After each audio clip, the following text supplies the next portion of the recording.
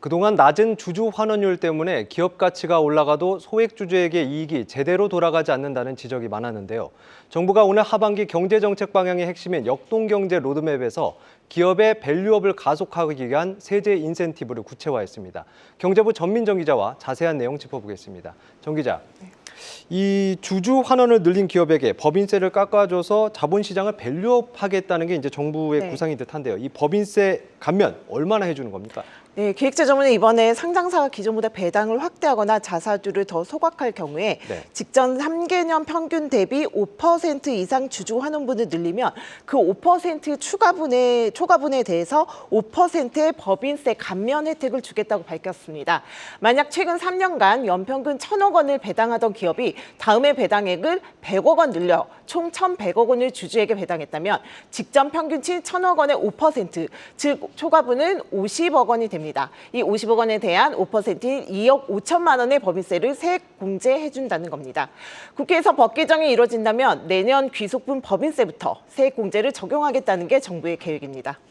이 밸류업 차원에서 그 배당 소득세에 대해서 이제 세제 혜택을 주겠다는 방침은 사실 일찌감치 정해졌습니다. 네, 맞습니다. 그런데 이제 구체적인 세율과 방식이 이번에 처음 공개가 된 거죠. 네. 그럼 이제 이 배당 소득이 있는 개인 주주들의 세부담은 그러면 얼마나 줄어들게 되는 겁니까? 네, 지금 현재 세부담이 얼마나 되는지부터 설명을 드리겠습니다. 개인 주주들은 투자한 기업으로부터 배당을 받으면 그에 대한 소득세를 내야 되는데요. 현재 지방세 1.4%를 제외한 14%를 세금으로 뗍니다. 그런데 앞으로는 밸류업 공시기업의 주주라면 배당 소득세율이 14%에서 9%로 낮아집니다. 이때 전체 배당 금액에 대해 세금을 깎아주는 건 아니고요. 늘어난 배당 금액에 대해서만 9%로 인하된 세율을 적용합니다. 이 때문에 기존에 이미 배당을 많이 늘린 기업에 대한 역차별이 있는 거 아니냐는 이런 문제도 제기가 되는데요. 이러한 지적에 대해서는 기재부는 저율 분리과세 대상을 배당금 증가분 이외에 배당금 총액의 일정 부분까지 포함시키는 방안도 검토 중이라고 밝혔습니다. 네, 정부는 이제 주주의 배당 소득세를 줄이겠다면서 분리과세 방식을 이제 내세웠는데요. 이 분리과세가 되면은 그럼 이전과는 어떻게 달라지는 겁니까? 네, 우선 분리과세는 금융소득 종합과세 대상 주주들을 위해서 나온 세혜택이라고 할 수 있겠습니다.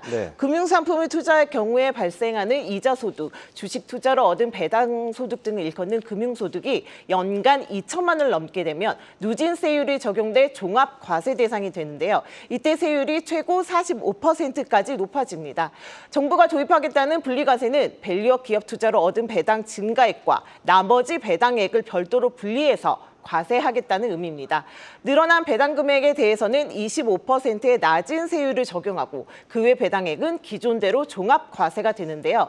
이렇게 되면 금융소득 종합과세 최고세율은 25%로 낮아지게 됩니다.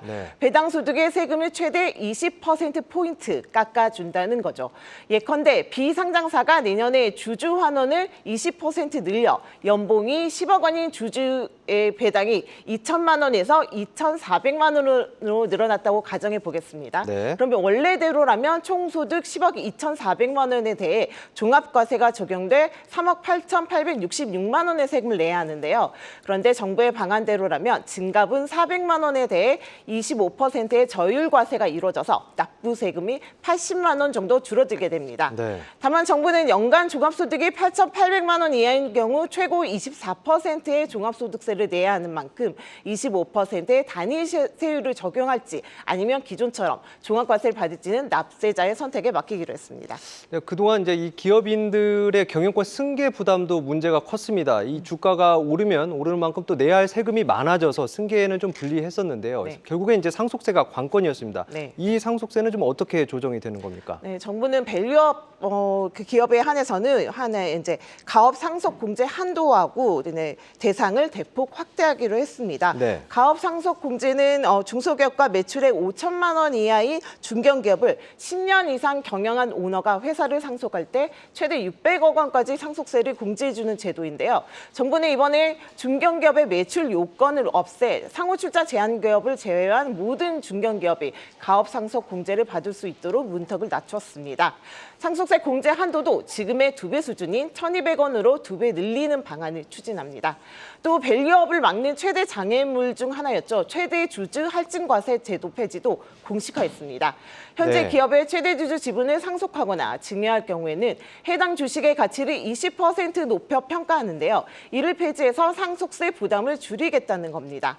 아울러 정부는 상반기에 국회 문턱을 넘지 못했던 IS 혜택 확대와 금융투자소득세제 폐지 등도 재추진하겠다고 밝혔습니다.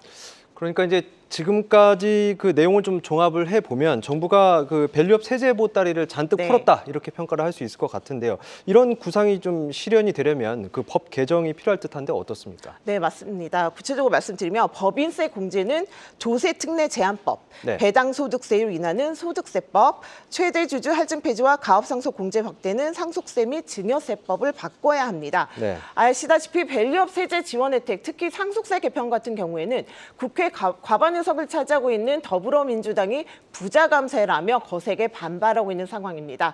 박근혜 정부 때에도 배당소득에 분리과세를 도입하는 배당소득 증대세제 제도가 시행됐지만 이제 부자 감세 논란으로 일몰되기도 했습니다. 네. 여기에 법인세 감소로 지난해에 올해도 대규모 세수 펑크까지 예고되고 있는데요. 만약 국회에서 법안 통과가 막히거나 원래 정부안보다 세 혜택이 축소될 경우 밸류업 세제 혜택에 따른 하반기 2차 밸리도 장담할 수 없게 될 것으로 보입니다. 네, 잘 들었습니다. 경제부 전민정 기자였습니다.